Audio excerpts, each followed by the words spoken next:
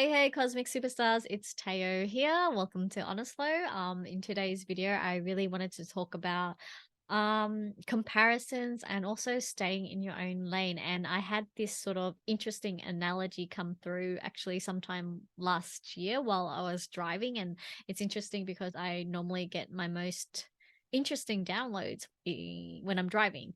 And yeah, so I'm hoping that it makes sense to you. And I do apologize if I sort of go around in circles trying to explain this, but I'm hoping that it will make sense and kind of turns on some switches for you guys.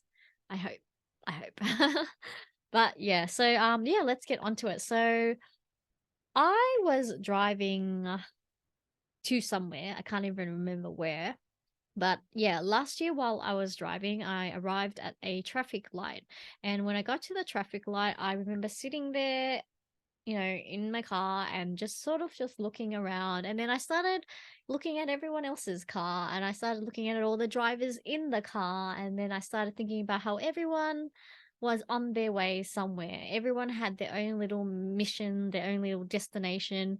And I started thinking about how some people would probably have a few stops along the way before they got to their destination. And I started receiving this download or analogy about how humans are in this world, how we, in a way, are similar like the driver in the car. And I want people to see the driver as the soul, the spirit, and then the vehicle that they're in as the physical body, the physical manifestation of the soul. And I remember starting to think about how when I was younger, I used to be, sorry to say, quite judgmental of people in expensive luxury cars. Yeah, but let's let's admit it, many of us get that way when we're sitting in our shitty, crappy secondhand cars, right? So when I was younger, I had my very first car was a Ford Festiva, and it was a secondhand car. It was a two-door hatchback, and actually, I was lucky that my dad gifted it to me. It was a $10,000 secondhand car. And yeah, that car actually served me really well. But when I think about it, that car, the body, represented where my soul was at in a way that at that time or point in my life, I was a soul, a person that didn't really know who I was. And I felt like I had to conform to others. And yeah, and I had no independence. And hence, my dad bought me my car for me. And it was a car that they chose for me. It wasn't a car that I wanted, but I felt the pressure of having to just conform and accept and do. And in a way, that's kind of where I was. But as I got older and I got more independence, I started working, I started to get my own car. I took out my own loans. I mean, yeah, I didn't ever have the money to fully buy a car outright. So most of the time I was taking out loans for my next few cars. And, after the Festiva, I had, I think, three or four other cars or five. Yes, I've changed cars quite a bit. But yeah, my next car was a Honda Jazz, one of the older models. And then the car after that was another Honda Jazz, but one of the newer models. But anyway, what I want people to understand is this: as you get older, or as you grow and evolve and work on yourself and build a level of independence and a level of self-worth, and yeah, just work on yourselves and heal yourself and grow, your physical manifestation, so your body changes with you, right? And then you go through these transformations. And I was thinking about how everybody on the road who was driving their car in a way was a reflection of where they were at. Now, I do have one sort of disclaimer bit, but I'll talk about that in a moment. So I looked at everyone and I started thinking about how some people had really old cars and some people had really new cars. And there was sort of, as we know in society, different status kind of cars, and you've got like, the mid-range cars, and then you've got the high-end luxury cars and all of that. And then some of them are very old, some of them are very new, and then you've got different kind of models, as in you've got the SUVs, the hatchbacks, the sport cars.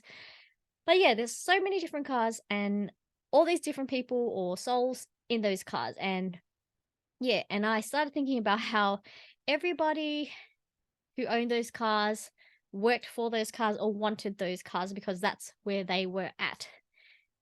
And I just remember thinking that, reflecting back on how I was in my younger years, and I used to judge the people with the luxury cars, and I used to think in my mind, it's like, oh, look at that person in that luxury car. I bet you their parents bought them that car. It's like blah blah blah blah. And I was just being very bitter and resentful at the time because I was poor. I wouldn't say I was dirt poor because I was never dirt poor because, how can I say this? My family was financially stable, not rich, just financially stable, middle class family. But we never struggled that bad with money because I had a dad that worked really hard, and my mum also actually worked really hard.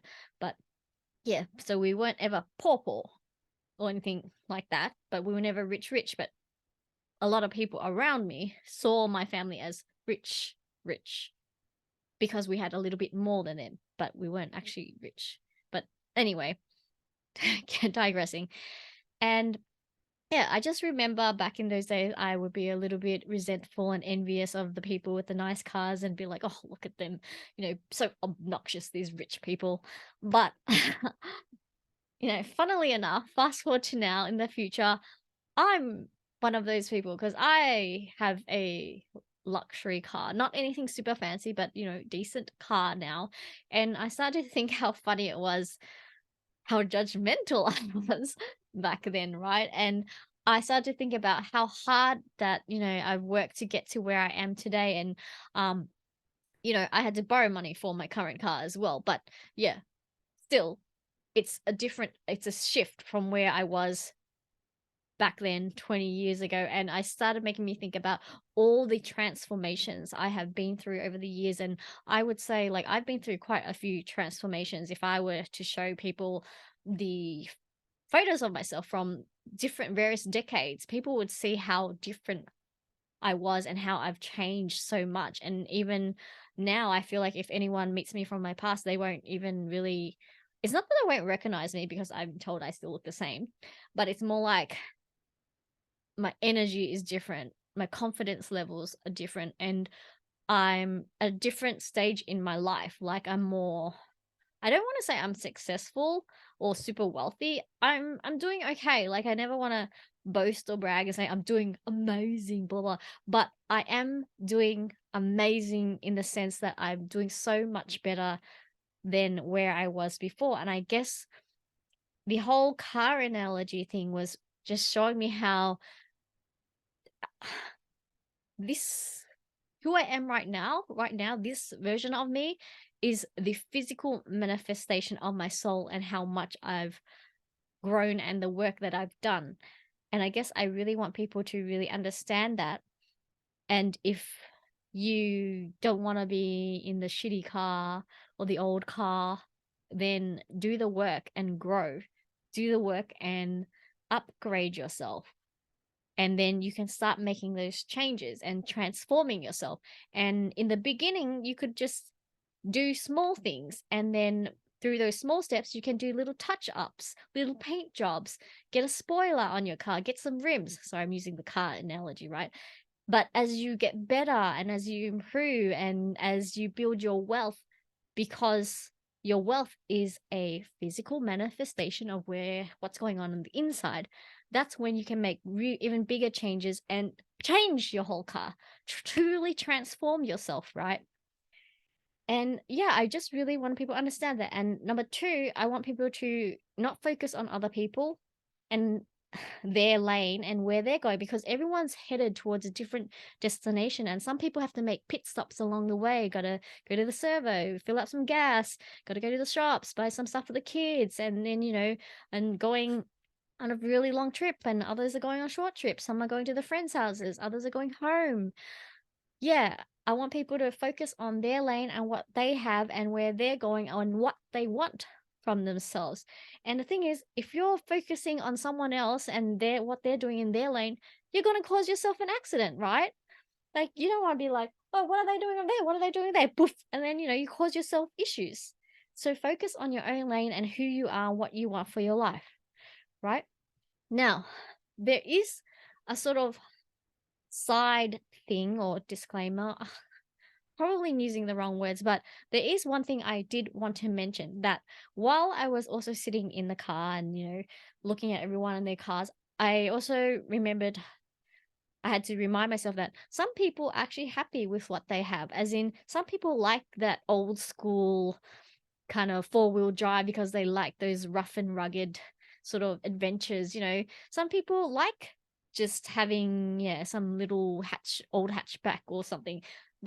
And so we can't just judge people and think, oh, look at that person and how homeless they look or whatever. It's like, oh, and that crappy car and just assume they got no money and stuff. Some people might have money and might have things going on, like might have a really good life, but they choose to keep it simple. And that's okay too. So it's important that we're not judging people as well on this journey of life and judging where people are going, what people are doing, what people are wearing, how people choose to present themselves. Like before you judge someone, get to know them first, right? And yeah, some people might not even drive cars, they might just ride bicycles, scoot scoot around on like those little scooters. So yeah, that's just another thing I want people to be mindful of in this game of life. And oh, the most important thing.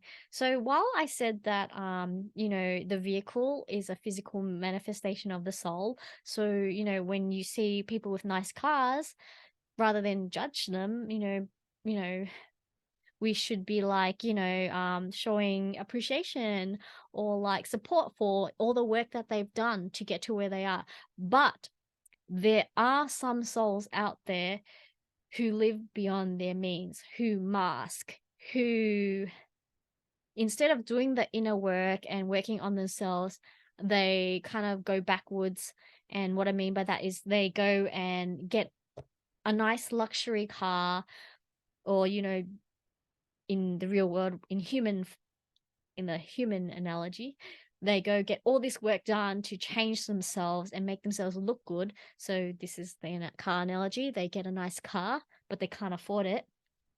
And then inside their soul is like they're driving these nice cars, but they're like grumpy on the inside, like my life sucks. But oh, I look good.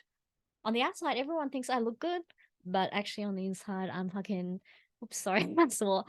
I'm like depressed and I'm angry about everyone and I hate everyone and I'm single still. I don't get it. But yeah, those people, yeah, you guys need to realize when you're doing that, if that's you. Like, I have crossed paths with people who, unfortunately, sadly to say, are highly, highly insecure. And to mask those insecurities, they change all sorts of things on the outside. They get the fancy car, and in human terms, I'm talking about they get plastic surgery, or they get all these things done, or they really dress themselves out, wear all this makeup, buy all these fancy clothes, fancy bags and everything, trying to fit into this mold, societal standards, thinking that will bring them happiness, but deep down inside they're not happy. And I guess I want people to know, again, you need to work on the inside and let the physical manifestation happen naturally rather than force it, rather than doing things backwards, going outside to in. It actually goes in and out, right? And I feel like because I'm neurodivergent, sometimes I visualize, I can see the image and what I want to explain, but I don't know if I'm explaining it well. But yeah, hopefully it's being explained well. And if not, I'll probably won't post this. But yeah, also another thing, last thing I think, because I don't want to keep this video too long, but nature can teach us a lot of things. and especially about comparisons. Now, sometimes I sit out in my backyard and then I get these I don't want people to think that my plants are talking to me. I just get thoughts coming through. And then I just assume the plant just sent me a thought. And what I want people to understand is this, right? So in this world, we all, every single one of us, have a role to play or some sort of purpose or some sort of destiny. And some of us have, bigger destiny than others. And I want people to understand that's not to diminish anyone else's destiny or purpose or life path, but everyone has some sort of role to play in this world, right? And as the nature spirits kind of told me, that every plant, tree, piece of grass, they have a role to play. And not once do they look at the other like, I was going to say grain of grass. What's it called? A strand of grass? We'll just call it a strand of grass. Anyway, no strand of grass looks up at a tree and goes, I'm so jealous of you. And no tree goes down there's like, look at you, you little grass, you have nothing, like, you don't mean anything. Like, that doesn't happen in nature. In fact, what happens in nature is every plant spirit, every flower, every bush, every weed, they all respect each other. They all know that they're all playing their part in this world. They do not judge each other. They do not, say, I am better than you or I am worse than you or anything like that. They understand that, oh, that rose over there is shining really brightly. Wow, it's really beautiful. And that's the role it's playing, to shine brightly and be seen by the world, be admired by the world.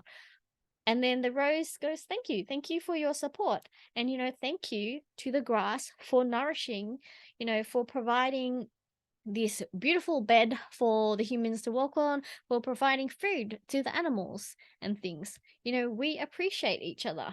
Or I appreciate you. This is a rose bush right way talking, right? And the grass like, thanks, I appreciate you too. I like looking up to you and just thinking, wow, what a beautiful world we live in, right? And I guess if I were to, talk about the rose would be like the celebrities or the really nice bright flowers that just take your breath away. They're like the celebrities of this world, the people, the shining stars that everyone's like, wow, I wish could be like them. And then the grasses, the little plants and vegetable garden items, lettuces. I don't know. You know what I'm trying to say, right? All those things are like kind of the more, I don't want to say, and I don't want people to like take this in the wrong way and say, oh, I'm just a normal person. But, like the average peoples, they have their parts to play too. They have their roles to play too. And they have impact too. And that impact could be in your community, in your family line.